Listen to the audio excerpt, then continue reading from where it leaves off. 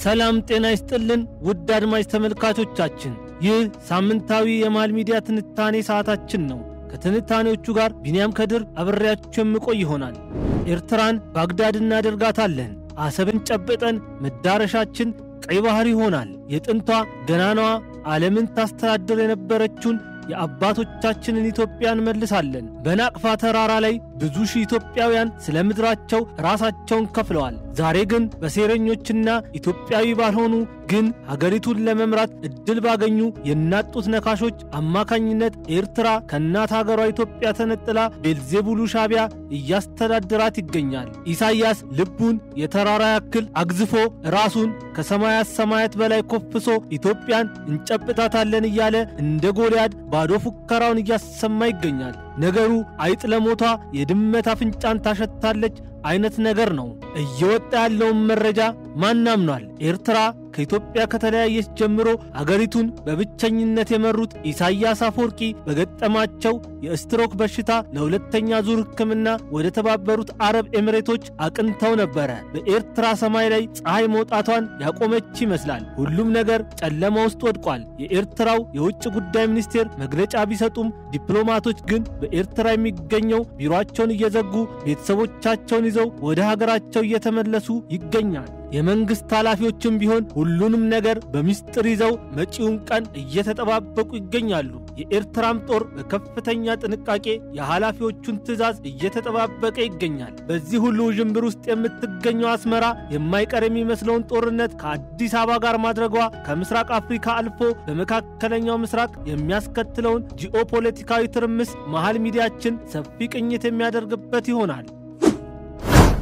ሮጠን ቀደምናቸው፣ ቆመን ጠበቅናቸው፣ ጥለውን ሄዱ። ኢትዮጵያ በዳማትና አክሱማይት ኪንግደም፣ በዛጉዌ ዳይነስቲ፣ በኢፋትና አዳል ሱልጣኔት እንዲሁም በቀይ ባህር ላይ በነበራት ከፍተኛ የንግድ እንቅስቃሴ የዓለምን ኢኮኖሚ ስትሾፍር የነበረች ሀገር ናት። ዛሬ ቆምንባት ምድር፣ ቤታችንን የገነባንበት መንደር፣ መኪናዎቻችን የሚሄዱበት አስፋልት፣ ከምንወዳቸው ሰዎች ጋር ወክ የምናደርግባቸው መንገዶች ውስጣቸው ቢታይ ዛሬም ድረስ ያልተነሱ የወዳደቁ አእላፋት አጥንቶች አሉበት። ምንም አይነት ነገር በነጻ አልተገኘም። አሁን ላለንበት ሰላም ብዙዎች ትናንትና ደማቸውን ከፍለውበታል። በዛሬው የመሃል ትንታኔ ላይ ከተመሰረተ 117 ዓመትን ያስቆጠረው መከላከያ አሁናዊ አገርን የመጠበቅ አቅም የምንቃኝበት ይሆናል።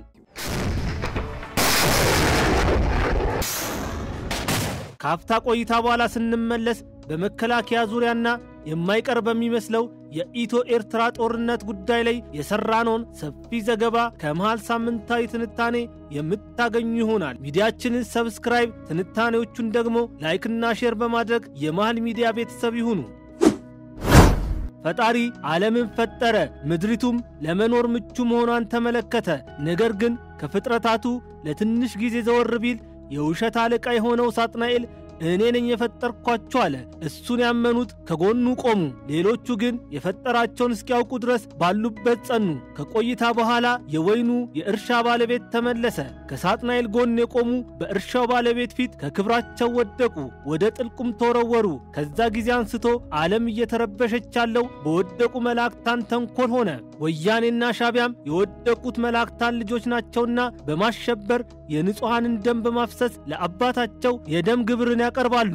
ከ34 ዓመታት በፊት ዓይንህን አልየው፣ አትድረስብኝ፣ አልደርስብህም፣ መቃብሬ ላይ እንዳትቆም፣ መቃብርህ ላይ አልቆምም ተባብለው የተለያዩት ሻቢያና ወያኔ የጠላቴ ጠላት ወዳጄ ነው በሚል እሳቤ ከዓመታት ጥላቻና ፍቺ በኋላ የአብይ አህመድ መንግሥትን ለመናድ ያዳፈኑትን ጥላቻ ወደ ፍቅር ቀይረውት ፍሬ ከርስኪ የሆነ ሰማንያ ያስረዋል። ሻቢያና ወያኔ እንዳበደ ውሻ እርስ በርሳቸው መናከሳቸውን ትተው ዛሬ ላይ እዩኝ እዩኝ የሚሉ አዲስ ፍቅረኛሞች ሆነዋል። አንቺ ትብስ እኔ ብስ፣ ቁርስሽ ምንድነው፣ እራትስ ምን በላሽ የሚባባሉ በፍቅር የሰከሩ ወጣቶችን መስለዋል። ቤልዜቡሉ ሻቢያና ሌጊዮኑ ወያኔ ትልቋን ኢትዮጵያ ወደ ትናንሽ መንደር ለመቀየር ታጥቀው የተነሱ የክፉ መንፈስ ውጤቶች ናቸው። ኢትዮጵያ በትክክለኛው ትራክ ላይ ስትሆን ያማቸዋል። ይህችን ታሪካዊና ገናና ለዘመናት በልጆቿ ደምና አጥንት ታፍራና ተከብራ የኖረችን ሀገር ለማፍረስ የደም ቃል ኪዳን አስረዋል። ትናንትና ኢሳይያስን ሲሳደቡ የነበሩት የደብረጽዮን ቡድን አሁን ላይ የሻዕቢያ የልብ ወዳጅና አገልጋይ ሆነው በወገናቸው የትግራይ ሕዝብ ላይ ጄኖሳይድ አውጀው በቀጥታ የኤርትራ ጦር በትግራይ ክልል ውስጥ እንዲሰማራ አረንጓዴ መብራት አብርተውለታል። የኤርትራ መንግስት በወንድሙ የተሰጠውን ፍቃድ ተጠቅሞ በኢትዮጵያ ሉዓላዊ ምድር የትግራይ ክልል ውስጥ የታጠቁ ኃይሎችን አሰማርቶ የትግራይ ወጣቶችን ደም በማፍሰስ ላይ ይገኛል። በዚህም የተማረሩት የትግራይ ተወላጆች የኤርትራ መንግስት ከክልሉ እንዲወጣ የፌዴራል መንግስት እርምጃ እንዲወስድ አሊያም ዓለም አቀፍ ድርጅቶች አንድ ነገር እንዲያደርጉ ጥያቄ እየጠየቁ ይገኛል። ይሁን እንጂ የኤርትራው የውጭ ጉዳይ ሚኒስቴር ኦስማን ሳህሌ ለውጭ ሀገራት ዲፕሎማትና ለተባበሩት መንግስታት ድርጅት ኃላፊዎች በአስመራ በሰጡት መግለጫ ላይ እኛ የኢትዮጵያ ሉዓላዊ ግዛት ውስጥ ገብተን የፈጸምነው ምንም ነገር የለም፣ ይልቅስ ኢትዮጵያ የጎረቤት ሀገሮቿን ሉዓላዊ ግዛት ልታከብር ይገባል ብለዋል። ኢትዮጵያ በህዋት ዘመን በካራን ይኖር የነበረውን አብርሃምን ትመስል ነበር። ታሪኳ ይቀየር ዘንድ የኃይለ ማርያም አስተዳደር ሳራን ተመስላ በግብጽ በኩል ሀብትና በረከትን አግኝታ ከነዓንን ልትወርስ በጠቅላይ ሚኒስትር አብይ አህመድ እጅ ወድቃለች። ነገር ግን ከነዓንን መውረስ እንዲሁ ቀላል አይደለም። በአብርሃምና በሎጥ እረኞች መካከል የተፈጠረውን ጸብ ሁለት ወንድማማቾች ተነጋግረው እንደፈቱት ህዋትም የአብርሃምና የሎጥን መንገድ መከተል አለበት። ይሁን እንጂ የደብረጽዮኑ ቡድን እንደዚህ አይነት ፍላጎት የለውም ሲሉ ወጣቶች ይገልጻሉ። ስለሆነም ቃየል ወንድሙ አቤልን ለመግደል ከሳጥናኤል ጋር እንደመከረ ሁሉ ወያኔም ከግብር አባቱ ቤልዜቡሉ ሻዕቢያ ጋር መቆምን መርጧል እያሉ ወጣቶች እየተናገሩ ይገኛል። በኢትዮጵያ መንግስት በኩል ብዙም የሚሰማ ነገር ባይኖርም በሻዕቢያ በኩል እየተወሰዱ ያሉ እርምጃዎች ግን ጦርነቱ የማይቀር እንዲመስል አድርጎታል። እየተካረረ የሄደው የሁለቱ ሀገራት ግንኙነት ወደ ጦርነት የሚያመራ ከሆነ የተለያዩ ቡድኖች ከሁለቱ ሀገራት ጎን መሰለፋቸው የማይቀር ነው። ወርቅ ቢያነጥፉለት ፋንድያ የሚመኘው የደብረጽዮኑ ቡድን ዘመድ ከዘመዱ አህያ ካመዱ እንዲሉ ከኤርትራ ጎን የሚሰለፍ ሲሆን ሰው በሊታውና አራጁ በዘመነ ካሴ የሚመራው የአማራው ሸኔ ሌላኛው ከሻዕቢያ ጎን መሰለፍን የሚመርጥ ቡድን ነው። ጃልመሮም ቢሆን የሁለቱ ወንድማማቾችን መንገድ የሚከተል ይሆናል። በተቃራኒው ደግሞ በነዘመነ ካሴ ፊት የተነሳው እስክንድር ነጋና ለደብረጽዮኑ ቡድን ጀርባውን የሰጠው ጌታቸው ረዳ ከጠቅላይ ሚኒስትር አብይ አህመድ ጋር ሊቆሙ ይችላል የሚል ግምቶች አሉ። ከውጭ ደግሞ ሱዳን ከኢትዮጵያ ጎን የምትሰለፍ ይሆናል የሚሉ መረጃዎች እየወጡ ይገኛሉ። በኢሳያስ ቀጭን ትዕዛዝ በኢትዮጵያ የሚገኘው የኤርትራ ኤምባሲ ስራውን ያቆመ ሲሆን ከአዲስ አበባ ወደ አስመራ ይደረግ የነበረው የአውሮፕላን በረራም እንዲቋረጥ ተደርጓል። ከዚህ ውጪ የኤርትራ ሰራዊት ወደ ኢትዮጵያ ድንበርም ተጠቅቶ በአሰብ አውሮፕላን ማረፊያ የተለያዩ ወታደራዊ ትርኢቶችን እያደረገ ይገኛል። ፈረንሳይም ቢሆን ነገሩ ያማራት አይመስልም። በኢትዮጵያና በኤርትራ በኩል በማንኛውም ሰዓት ጦርነት መነሳቱ አይቀርም በሚል ዜጎቿን ከትግራይ ክልል እንዲወጡ ትዕዛዝ አስተላልፋለች። የሻዕቢያ መንግስት ኢትዮጵያውያንና የኢትዮጵያ መንግስት በአሰብና የቀይ ባህር ጉዳይ ላይ የያዙትን አቋም ከገመገመ በኋላ ይቺ ጠጋጠጋ ዕቃ ለማንሳት ነው በሚል ከ65 ዓመት በታች የሆኑ ኤርትራውያን ወደ ጦር ካምፕ እንዲገቡ ትዕዛዝ ማስተላለፉ አይዘነጋም። ኤርትራ በውጭ ጉዳይ ሚኒስቴሯ በኩል የኢትዮጵያ የባህር በር ፍላጎት የተዛባና ያለፈበት ጥያቄ ነው ብላ በኢትዮጵያ ፍላጎት ላይ ብትዘባበትም ጠቅላይ ሚኒስትር ዶክተር አብይ ግን በፓርላማ ውሏቸው ላይ የባህር በር ለኢትዮጵያውያን የህልውና ጉዳይ ነው ሲሉ ከገለጹ በኋላ አንድ ሰው ለፍላጎቱ እና ለስሜቱ ሲል በቢሊዮን የሚቆጠሩ ኪሎሜትሮችን ተጉዞ ጠፈርን ይጎበኛል። ሰው ለፍላጎቱ የዚህን ያክል መስዋዕትነት ከከፈለ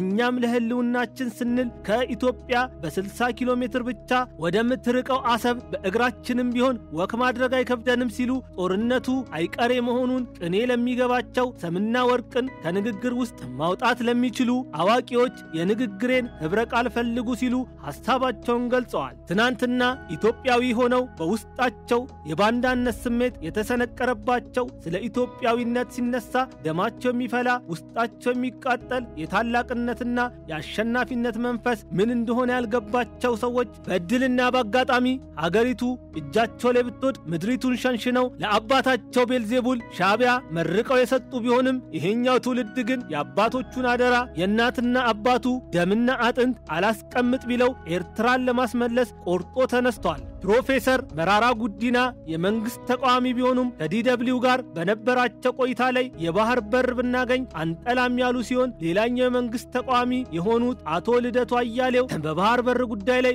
ዶክተር አብይን ልናግዘው ይገባል እያሉ ይገኛሉ።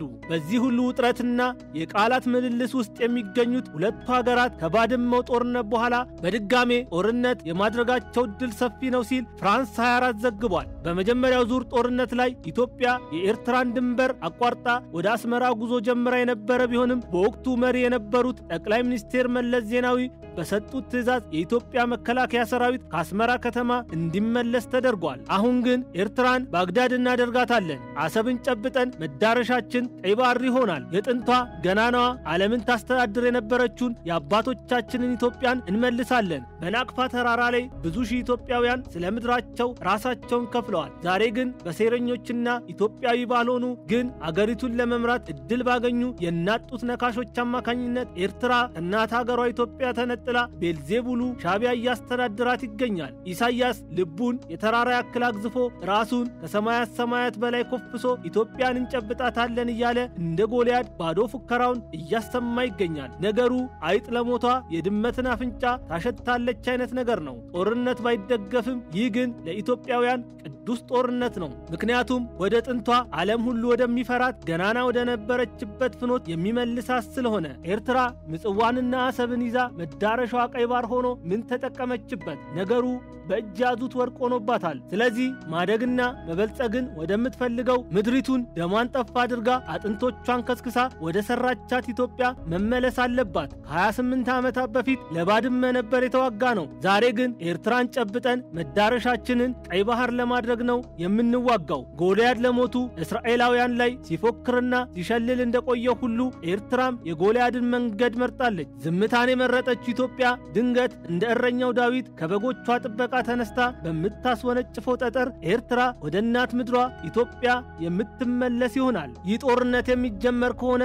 ነገሩ ከሁለቱ ሀገራት አልፎ የአፍሪካ ቀንድ ሀገራትን እና ቀይ ባህርን ተሻግሮ መካከለኛው ምስራቅን ሊያወድም የሚችል እንደሆነ ብዙ ፖለቲከኞች ይገልጻሉ። 130 ሚሊዮን ሕዝብ ያላት ኢትዮጵያ 500 ሺህ ወታደሮች ሲኖራት ኤርትራ ደግሞ ከ6 ሚሊዮን 500 ሺህ ሕዝቦቿ መካከል 250 ሺዎቹ ወታደሮቿ ናቸው። ከበጀት አንጻር ኢትዮጵያ በዓመት 1.8 ቢሊዮን ዶላር ለመከላከያ የምታወጣ ሲሆን ኤርትራ ደግሞ 598.7 ሚሊዮን ዶላርን ትጠቀማለች። ኢትዮጵያ በአጠቃላይ 103 አውሮፕላኖች ሲኖራት ጎረቤታችን በ83 አውሮፕላን አንሳ 20 አውሮፕላኖችን ታስተዳድራለች። የጦር ጀትን በተመለከተ ኢትዮጵያ 25 ሲኖራት ኤርትራ ደግሞ አንድ ብቻ ነው ያላት። ኢትዮጵያ ለወታደራዊ ትራንስፖርት አገልግሎት የሚውሉ 8 አውሮፕላኖች ሲኖራት ኤርትራ ደግሞ 5 አውሮፕላኖች አሏት። ለወታደራዊ ማሰልጠኛ አገልግሎት የሚውል ኢትዮጵያ 34 አውሮፕላኖችን ያዘጋጀች ሲሆን ኤርትራ ደግሞ አንድ አውሮፕላን ብቻ ነው ያላት። ኢትዮጵያ 33 የውጊያ ሄሊኮፕተሮች ሲኖሯት ኤርትራ ደግሞ 13 ሄሊኮፕተሮችን ታጥቃለች። ጥቃት ለመፈጸም የሚጠቅሙ ሄሊኮፕተሮችን ኢትዮጵያ 7 ሲኖራት ኤርትራ ደግሞ 6 ብቻ አላት። 338 ታንኮችን የታጠቀችው ኢትዮጵያ 65 ታንኮችን ከታጠቀችው ኤርትራ በ273 ትበልጣለች። ኢትዮጵያ 7256 የታጠቁ መኪኖች ባለቤት ስትሆን ኤርትራ ደግሞ 860 የታጠቁ መኪኖች አሏት። ኢትዮጵያ ከብዙ ርቀት የጠላትን ምሽግ መደርመስ የሚችሉ 309 መድፍ ተሸካሚዎች መኪና ሲኖራት ኤርትራ በበኩሏ 75 መድፍ ተሸካሚ መኪኖች አሏት። በሌላ በኩል ኢትዮጵያ 40 ሮኬት ተሸካሚ መኪኖች ሲኖሯት ኤርትራ ደግሞ 22 ሮኬት ተሸካሚ መኪኖች አሏት። ወደብ አልባ ብትሆንም የባህር ኃይል የገነባችው ኢትዮጵያ ምንም አይነት የጦር መርከብ የሌላት ሲሆን የባህር በር ባለቤቷ ኤርትራ ግን 23 የጦር መርከቦች አሏት ሲል ግሎባል ፋየር ፓወር ዘግቧል። ከዚህ ቁጥራዊ መረጃ በመነሳት ኢትዮጵያ ኤቨረስት ተራራን ስታክል ኤርትራ ደግሞ ዳሉልን ታክላለች። ነገሩ ተባብሶ ወደ ለየለት ጦርነት የሚገባ ከሆነ ኢትዮጵያ ከ28 ዓመታት በፊት ያጣችውን ኤርትራን የመቆጣጠር ዕድል ልትጠቀምበትና ተፈጥሯዊ ግዛቷ አሰብን በዲፕሎማሲያዊ መንገድም ሆነ በሌላ መንገድ ወደ ግዛቷ መመለስ አለባት ሲሉ ብዙ ፖለቲካ ተንታኞች ይናገራሉ። የተለያዩ መጽሐፍ እንደሚገልጹት አሜሪካን፣ ቻይና እና ሩሲያ ኃያላን ሀገራት ከመሆናቸው በፊት ኢትዮጵያ በዓለም ላይ ካሉ ጥቂት ኃያላን ሀገራት መካከል አንዷ ነበረች። በተለይ በዳማትና አክሱማይት ኪንግደም፣ በዛጉዌ ዳይነስቲ፣ በኢፋትና አዳል ሱልጣኔት እንዲሁም በቀይ ባህር ላይ በነበራት ከፍተኛ የንግድ እንቅስቃሴ የዓለምን ኢኮኖሚ ስትሾፍር የነበረች ሀገር ናት። ከአክሱም ዘመነ መንግስት አንስቶ እስከ ዛጉዌ ዳይነስቲ ኢትዮጵያ የመጡባትን ጠላቶች በመደምሰስ ብዙ ሺህ ወራሪዎችን ማሸነፍ የቻለች ሲሆን ከራሱ አልፎ ሙሉ የአፍሪካ ቀንድ ሀገራትን የመንንና ደቡብ አረቢያን ታስተዳድር ነበረ። ሮጠን ቀደምናቸው፣ ቆመን ጠበቅናቸው፣ ጥለውን ሄዱ። ደፍረው ሊገጥሙን የመጡ ጠላቶቻችን ማሸነፍ ሲያቅታቸው እርስ በርስ የምንጫረስበትን ለዘመናት ወደ ኋላ ያስቀረንን ትርክት ታዘጋጁልን። እኛም ዓለምን በጥበባቸው የመሩ የአባቶቻችን ልጆች መሆን ከብዶን በቀደዱልን የምንፈስ ሆንን። ዛሬም ድረስ ባኖርንበት ትናንትናችን እየተባላን እንገኛለን። ለምን እንደሆነ ባይታወቅም ላለፉት 256 ዓመታት እስካሁን ድረስ ሀገሪቱን ለመምራት የቻሉ መሪዎቿ በስልጣን ዘመናቸው ቢያንስ አንድ ጦርነትን ሳያደርጉ ስልጣናቸውን አልለቀቁም። ከ1769 እስከ 1855 የነበረው የዘመነ መሳፍንት አገዛዝ በአጼ ቴዎድሮስ አማካኝነት በ1855 ዓ.ም አክትሞ ኢትዮጵያ አንድ ማዕከላዊ መንግስት እንዲኖራት ሆነ። ይሁን እንጂ አንድነቱን ያመጡት ቴዎድሮስ መቅደላ ላይ ከእንግሊዞች ጋር የተዋጉ ሲሆን አጼ ዮሐንስ በመተማ ከማህዲስቶች ጋር ተዋግተዋል። አጼ ምኒልክ ደግሞ በአድዋ ከጣሊያን ጋር ጦርነትን ገጥመዋል። ንግሥት ዘውዲቱም ቢሆን በሰገሌ ልጅ ኢያሱን ገጥመዋል። አጼ ኃይለ ሥላሴ ከጣሊያን ጋር፣ መንግስቱ ኃይለ ማርያም ደግሞ ከዚያድ ባሬ ጦር ጋር ለመዋጋት ተገደዋል። የኢህአዴግ መንግስትም ቢሆን ከሻዕቢያ ጋር ጦርነት መግጠማቸው አይዘነጋም። በ2010 የስልጣን መንበሩን የተረከቡት ጠቅላይ ሚኒስቴር ዶክተር አብይ አህመድም ቢሆን ከሌሎች መሪዎች የተለየ ፍርቱና አልገጠማቸውም። ስልጣንን ከያዙበት ጊዜ አንስቶ በኦሮሚያ አሸባሪው ሸኔ፣ በትግራይ ህወሓት፣ በአማራ ክልል ደግሞ ሰው በሊታው ፋኖ ማህበረሰቡን እያሸበሩ ይገኛሉ። ከጦርነት አዙሪት መላቀቅ ያልቻለችው ኢትዮጵያ እንደ ሀገር ከ1769 ዓ.ም ጀምሮ እስካሁን ድረስ ላለፉት 256 ዓመታት ያለ ጦርነት ያሳለፈችው ጥቂት ዓመታትን ብቻ ነው። ታዲያ በእነዚህ ሁሉ ጦርነቶች ውስጥ ራሱን ለሀገር ሲገብር ደሙንም ለምድሪቷ ሲያፈስ የነበረ አንድ ተቋም አለ። ይህ ተቋም መከላከያ ይባላል። እምዬ ኢትዮጵያ ሞኝነሽ ተላላ፣ የሞተልሽ ቀርቶ የገደለሽ በላ እየተባለ በሚገጠምባት ሀገር ራስን ለህዝብ መክፈልና መስዋዕት ማድረግ ምንኛ ክብር ነው። በማይመች ዓለም ውስጥ የሚመች መኖሪያ ለመፍጠር ሕይወታቸውን ገብረው ስለ ወገናቸው ደማቸውን ማፍሰስ እንደ ክብር ቆጥረው የእኔና አንተን መኖር ደሞዛቸው አድርገው ለወለዱት ልጆቻቸው በቂ ጊዜ መስጠት ሳይችሉ ነፍሳቸውን ግን ስለኛ ይበዣሉ። እኔና አንተ በሚመች ቤት ውስጥ በሚመች አልጋ ላይ ሊያውም ንጹህ አንሶላ አንጥፈን እንዳይበርደን ብርድ ልብስ ደራርበን ሰላም ሆነን የምንተኛው ከፈጣሪ በታች ምንም ሳይለብስ ምድርን ፍራሹ ሰማይን ደግሞ ብርድ ልብሱ አድርጎ በወንዝ በኮረብታ በተራራ በአምባና በሸለቆ ውስጥ የሚተኛውን ወታደር ተማምነን ነው። በሴኮንዳት ዕድሜ ራሱን ሊያጣ እንደሚችል ቢያቅም ስለመኖሩ አይጨነቅም። የሁል ጊዜ ጭንቀቱና ክብሩ ወገኑን መጠበቁ ነው። ራሱን ከሀገሩ ያስቀድማል። ለመለየው ክብር አለው። ለዩኒፎርሙ ደግሞ ታማኝ ነው። ለወገኖቹ ሲል ለቀናት ሳይጠጣ ለሳምንታት ሳይበላ ረሃቡንና ጥማቱን ታግሶ ከሚያገኛት ትንሽዬ ደሞዝ ቀንሶ የልጆቹን ጎጆ አግዱሎ የወገኖቹን ቤት ይገነባል። ወታደርነት ምን አይነት መሰጠት ነው! ለራስ ሳይኖሩ ለሰዎች መኖር። ወታደርነት ምን አይነት ክብር ነው! ራስን ዝቅ አድርጎ ወገኖችን ከፍ ማድረግ። ወታደርነት ምን አይነት መታደል ነው! ከራስ በፊት ሀገርን ማስቀደም። የኢትዮጵያ መከላከያ በዘመናዊ መልኩ ከተቋቋመ 117 ዓመታትን ያስቆጠረ ቢሆንም መንግስታት በተለዋወጡ ቁጥር እንደ አዲስ እያፈረሱ ሲገነቡት ቆይተዋል። ይሁን እንጂ የዶክተር አብይ አህመድ መንግስት የነበረውን ልማድ ማስቀጠል አልፈለገም። ከዛ ይልቅ ተቋማዊ ሪፎርምን ማድረግን መርጧል። በአሁኑ ሰዓት ህወሓት ያፈረሰውን የባህር ኃይል እንደ አዲስ በማደራጀት አየር ኃይልና እግረኛን ጦር ጨምሮ 3 የመከላከያ ክፍሎች በሥራ ላይ ይገኛሉ። ከዊኪፒዲያ ላይ ባገኘነው መረጃ መሰረት ጠቅላይ ሚኒስቴር ዶክተር አብይ አህመድ የመከላከያ ዋና አዛዥ ሲሆኑ ኢንጂነር አይሻ መሐመድ ደግሞ የመከላከያ ሚኒስቴር በመሆን ያገለግላሉ። በኢትዮጵያ ታሪክ የመጀመሪያው ፊልድ ማርሻል ጀነራል መሆን የቻሉት ብርሃኑ ጁላ ደግሞ የጦር ኃይሎች ዋና ኢታማዦር ሹም ሲሆኑ ጀነራል አበባው ደግሞ የጦር ኃይሎች ምክትል ኢታማዦር ሹም ናቸው። ከተመሰረተ 95 ዓመታትን ያስቆጠረው የኢትዮጵያ አየር ኃይል ዋና ተጠሪነቱ ለሀገሪቱ ፕሬዝዳንት ታዬ አጽቀሥላሴ ነው። አየር ኃይሉን በዋና አዛዥነት ሌተናንት ጀነራል ይልማ መርዳሳ ሲመሩት፣ ብርጋዴር ጀነራል ተስፋዬ ለገሰ ደግሞ የአየር ኃይሉ ምክትል አዛዥ በመሆን አየር ኃይሉን እያገለገሉ ይገኛሉ። የኢትዮጵያ ባህር ኃይል መቀመጫውን ምጽዋ ላይ አድርጎ እንደ አውሮፓውያን አቆጣጠር በ1955 ዓ.ም የተመሰረተ ሲሆን እስከ 1990 ዓ.ም አገልግሎት ሲሰጥ ቆይቷል። ነገር ግን ኤርትራ ከኢትዮጵያ መገንጠሏን ተከትሎ የባህር ኃይሉ መቀመጫውን ወደ አዲስ አበባ አዘዋውሮ ለ6 ዓመታት ማለትም እስከ 1996 ዓ.ም አገልግሎት ሲሰጥ ቆይቷል። በኋላ ላይ በህወሓት መራሹ ኢህአዴግ እንዲፈርስ ተደርጓል። የብልጽግና መንግስት የስልጣን መንበሩን ከህወሓት ከተረከበ በኋላ ኢትዮጵያ የባህር በር ባይኖራትም እንደ አውሮፓውያን አቆጣጠር በ2019 ዓ.ም መቀመጫውን ባህር ዳር ላይ በማድረግ እንደ አዲስ አገልግሎት መስጠት ጀምሯል።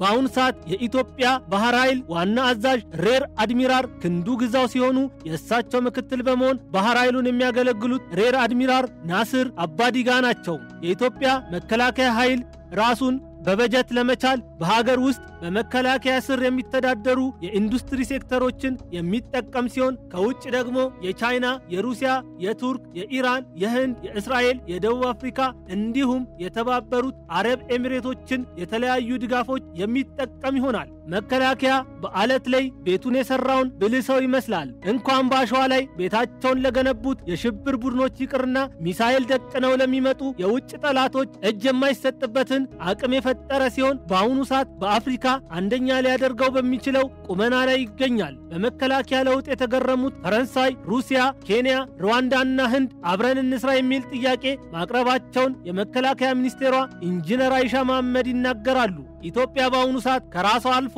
ለውጭ አገራት ገበያ የሚሆኑ የተለያዩ ተተኳሽ ጥይቶችን ማምረት የጀመረች ሲሆን ድሮኖችንም እየሰራች ትገኛለች። በአሁኑ ሰዓት የዓለም ታላላቅ አገሮች ከኢትዮጵያ መከላከያ ጋር መስራትን ምርጫቸው አድርገዋል። ቱርክና አሜሪካን አልሻባብን ለማጥፋት ኢትዮጵያን ምርጫቸው አድርገዋል።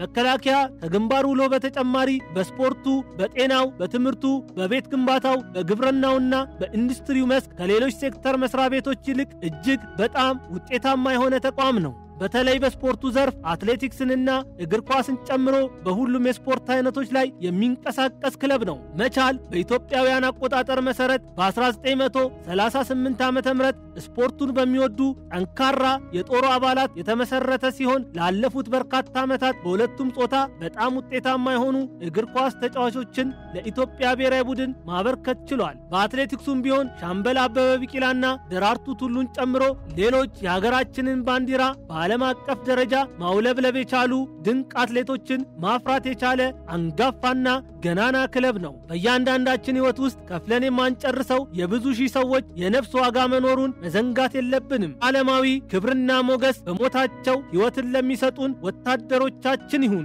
ዘላለማዊ ደስታ መጠለያ ሳይኖራቸው መኖሪያ ለሚገነቡልን ድንቅ መከላከያዎቻችን ይሁን። ዘገባውን ለማዘጋጀት አጃንስ ፍራንስ ፕሬስን፣ አልጀዚራን፣ ዊኪፒዲያን፣ ግሎባል ፋየርን፣ ቢቢሲን እና የመሃል ሚዲያ ዕለታዊ ዜናዎችን በዋቢነት ተጠቅመናል። የዚህ ሳምንት የመሃል ሚዲያ ትንታኔያችን የስካውኑን ይመስል ነበር። በቀጣይ ሳምንት በሌላ ትንታኔ እስከምንገናኝ ከዛሬው ትንታኔዎች ጋር አብሬያችሁ የነበርኩት እኔ ቢንያም ከድር እዚህ ላይ ይሰናበታለሁ። የመሃል ሚዲያ ሌሎች ፕሮግራሞች ግን የሚቀጥሉ ይሆናል። እስከ ሳምንት መልካም ሳምንት ይሁንላችሁ።